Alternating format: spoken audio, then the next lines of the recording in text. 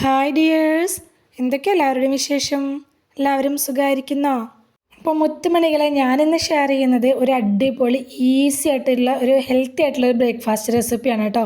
ഗോതമ്പ് ദോശയാണ്, പക്ഷേ ഒരു വ്യത്യസ്തമായിട്ടുള്ളൊരു ടേസ്റ്റിൽ നല്ല ടേസ്റ്റി ആയിട്ടുള്ളൊരു ദോശയുടെ റെസിപ്പിയാണ് കാണിക്കുന്നത്.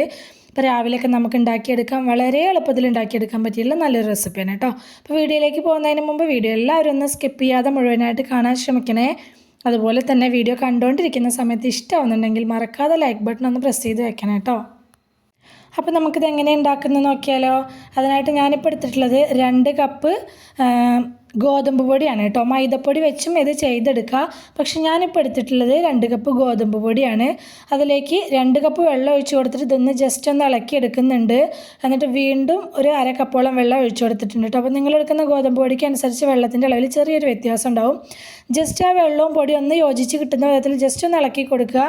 ഇനി ഒരു മിക്സിയുടെ ജാർ എടുത്ത് വെച്ചിട്ട് അതിലേക്ക് കലക്കി വെച്ചിട്ടുള്ള ഗോതമ്പ് പൊടി ഒഴിച്ചു കൊടുക്കുക. എന്നിട്ട് ഇതുപോലെ ഒരു 5-6 അല്ലി ചെറിയുള്ളി ചേർത്ത് കൊടുക്കുന്നുണ്ട്. ഒരു കുഞ്ഞ് പീസ് ഇഞ്ചി കട്ട് ചെയ്തിട്ട് അത് ഇട്ട് കൊടുക്കുന്നുണ്ട്. പിന്നെ ഒരു കോഴിമുട്ട ചേർത്ത് കൊടുക്കുന്നുണ്ട്. 1-2 ചേർക്കാം കേട്ടോ. 1 കപ്പ് ഗോതമ്പ് പൊടിക്ക് 1 മുട്ട അങ്ങനെ ചേർക്കാം. പിന്നെ 1/2 ടീസ്പൂൺ ജീരകം ചേർത്ത് കൊടുത്തിട്ടുണ്ട്, ആവശ്യത്തിന് ഉപ്പും. ഇനി ഇത് നന്നായിട്ട് തന്നെ ഒന്ന് അരച്ചെടുത്തുകൊണ്ട് വരണം. ഞാനിതപ്പോൾ നന്നായിട്ടൊന്ന് അരച്ചെടുത്തുകൊണ്ട് വന്നിട്ടുണ്ട്. ഇനി ഇതൊരു ബൗളിലേക്ക് ഒഴിച്ചു കൊടുക്കുക. ഈ ഒരു സമയത്ത് നമ്മൾ മിക്സിയുടെ ജാറ് കഴിഞ്ഞിട്ട് വളരെ കുറച്ച് വെള്ളം കൂടി ഒഴിച്ചു കൊടുക്കുക കേട്ടോ. എന്നിട്ട് ഇതാ ഈ ഒരു കൺസിസ്റ്റൻസി വരെ നമുക്ക് വെള്ളം ചേർത്ത് കൊടുക്കുക. സാധാരണ നമ്മൾ ദോശമാവിൻ്റെ ഒക്കെ ഒരു കൺസിസ്റ്റൻസി കേട്ടോ. എന്നിട്ട് അതിലേക്ക് ഇതുപോലെ കുറച്ച് മല്ലിയില കട്ട് ചെയ്ത് ഇട്ട് കൊടുക്കുന്നുണ്ട്. നല്ല ടേസ്റ്റാണ് കേട്ടോ മല്ലിയില ഇട്ട് കൊടുക്കുന്ന സമയത്ത്. അതുപോലെ തന്നെ കഴിക്കാനും നല്ല ടേസ്റ്റാണ്. പിന്നെ കുറച്ച് മഞ്ഞൾപ്പൊടി കൂടി ചേർത്ത് കൊടുത്തിട്ടുണ്ട്, നല്ലൊരു കളർ കിട്ടാനും വേണ്ടിയിട്ടാണ്. താല്പര്യമില്ലാത്തവർ സ്കിപ്പ് ചെയ്തോളൂ കേട്ടോ. എന്നിട്ട് നന്നായിട്ടൊന്ന് മിക്സാക്കി എടുക്കുക. ഇത്രയേ ഉള്ളൂ പരിപാടി. ഇനി നമുക്കിത് ചുട്ടെടുക്കുക. ചൂടായിട്ടുള്ള ദോശക്കല്ലിൽ ഇതുപോലെ ദോശ ഒഴിച്ച് ചുറ്റിച്ച് കൊടുക്കുന്നത് പോലെ ചുറ്റിച്ച് കൊടുക്കുക. എന്നിട്ട് അതിൻ്റെ മുകൾ ഭാഗം ഒന്ന് ഡ്രൈ ആയി വരുന്നത് വരെ നമുക്കൊന്ന് വെയിറ്റ് ചെയ്യാം കേട്ടോ. എന്നിട്ട് അതിൻ്റെ മുകളിലേക്ക് വെളിച്ചെണ്ണയാണ് ഞാൻ ആക്കി കൊടുക്കുന്നത്. വെളിച്ചെണ്ണ ആക്കി കൊടുക്കുന്ന സമയത്ത് നല്ല ടേസ്റ്റാണ് ഇത് കഴിക്കാനായിട്ട്. അപ്പോൾ വെളിച്ചെണ്ണയിൽ തന്നെ ചെയ്ത് നോക്കുക കേട്ടോ, വെളിച്ചെണ്ണ ഉള്ളവർ.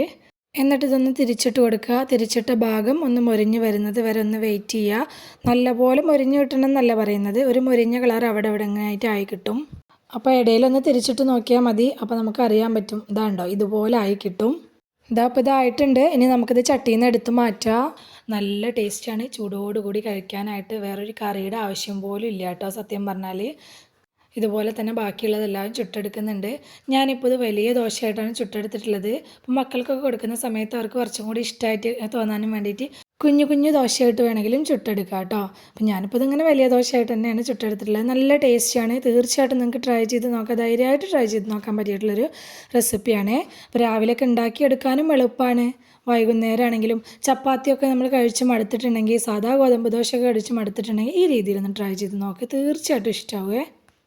കറിയൊന്നും വേണ്ടാന്ന് പറഞ്ഞെങ്കിൽ പോലും ഞാനതിൻ്റെ കൂടെ ചെറിയൊരു ചമ്മന്തി ഉണ്ടാക്കിയിട്ടുണ്ട് കേട്ടോ. കാരണം എൻ്റെ 2 ചെക്കന്മാർക്കും എന്ത് പലഹാരം കഴിക്കുകയാണെങ്കിലും അവർക്ക് അതിൻ്റെ കൂടെ കറി വേണം. ഞാൻ കറിയില്ലാതെ ചൂടോടുകൂടി നല്ലൊരു കട്ടൻ ചായൻ്റെ കൂടെയാണ് കേട്ടോ അത് കഴിച്ചിട്ടുണ്ടായിരുന്നു. അപ്പോൾ ആ ചമ്മന്തി ഒന്ന് അരച്ച സമയത്ത് ഞാൻ അതിൻ്റെ വീഡിയോ ഒന്ന് എടുത്തു വെച്ചതാണ്. കുറച്ച് തേങ്ങ ഇട്ട് കൊടുത്തിട്ടുണ്ട്, ഒരു കുഞ്ഞു പീസ് ഇഞ്ചി, കറിവേപ്പില, പുളി, എരിവിന് ആവശ്യമായിട്ടുള്ള കുറച്ച് പച്ചമുളകും കൂടി ചേർത്ത് കൊടുക്കുക. ആവശ്യത്തിന് ഉപ്പും കൂടി ചേർത്ത് കൊടുത്തിട്ട് ഇതുപോലെ ഒന്ന് ക്രഷ് ചെയ്തെടുത്തുകൊണ്ട് വന്നിട്ടുണ്ട്. അപ്പോൾ കുറച്ച് എരിവിൽ ചെയ്യുമ്പോൾ നല്ല ടേസ്റ്റാണ് കേട്ടോ ഈ ഒരു ചമ്മന്തി. ഇപ്പോൾ ഈ ഒരു ദോശയുടെ കൂടെ അല്ല, ചോറിൻ്റെ കൂടെ കഴിക്കാനും നല്ല ടേസ്റ്റാണ്. പിന്നെ സബ്സ്ക്രൈബ് ചെയ്യാതെ കാണുന്ന നമ്മുടെ പുതിയ കൂട്ടുകാർ ആരെങ്കിലും വീഡിയോ കാണുന്നുണ്ടെങ്കിൽ പ്ലീസ് ഒന്ന് സബ്സ്ക്രൈബ് ചെയ്ത് സപ്പോർട്ട് ചെയ്യണേ. വീഡിയോ ലൈക്ക് ചെയ്യാനോ ഹൈപ്പ് ചെയ്യാനോ ഒന്നും മറന്നു പോവല്ലേ കേട്ടോ. ഇതുണ്ടോ നമ്മുടെ ദോശയൊക്കെ കാണാനൊക്കെ നല്ലൊരു ഭംഗിയില്ലേ, നല്ല മഞ്ഞ കളറായിട്ട് ഇടയിൽ പച്ച കളറൊക്കെ ആയിട്ട് കാണാനുള്ള മൊഞ്ച് പോലെ തന്നെയാണ്, കഴിക്കാനും നല്ല ടേസ്റ്റാണ്. തീർച്ചയായിട്ടും നിങ്ങളൊന്ന് ട്രൈ ചെയ്ത് നോക്കിയിട്ട് നിങ്ങളുടെ അഭിപ്രായങ്ങളൊക്കെ കമൻറ്റായിട്ട് പറയണം കേട്ടോ. അപ്പോൾ വീഡിയോ ഇഷ്ടമായിട്ടുണ്ടെങ്കിൽ മറക്കാതെ ലൈക്ക് ചെയ്യണേ. നിങ്ങളുടെ അഭിപ്രായങ്ങളൊക്കെ കമൻറ്റായിട്ട് പറയണം. അതുപോലെ തന്നെ റെസിപ്പി ഇഷ്ടമായിട്ടുണ്ടെങ്കിൽ അത് നിങ്ങളുടെ ഫ്രണ്ട്സിനോ ഫാമിലിക്കോ ഒക്കെ ഒന്ന് ഷെയർ ചെയ്ത് കൊടുക്കുക കൂടി വേണേ. ഇതുവരെ കൂടെ നിന്ന് സപ്പോർട്ട് ചെയ്തിട്ടുള്ള എൻ്റെ എല്ലാ മുത്തുമണികൾക്കും ഒരുപാട് നന്ദി. എന്നാൽ ശരി, സിമ്പിൾ ആൻഡ് ടേസ്റ്റി റെസിപ്പിയുമായി ഞാൻ വീണ്ടും വരാം. ബൈ.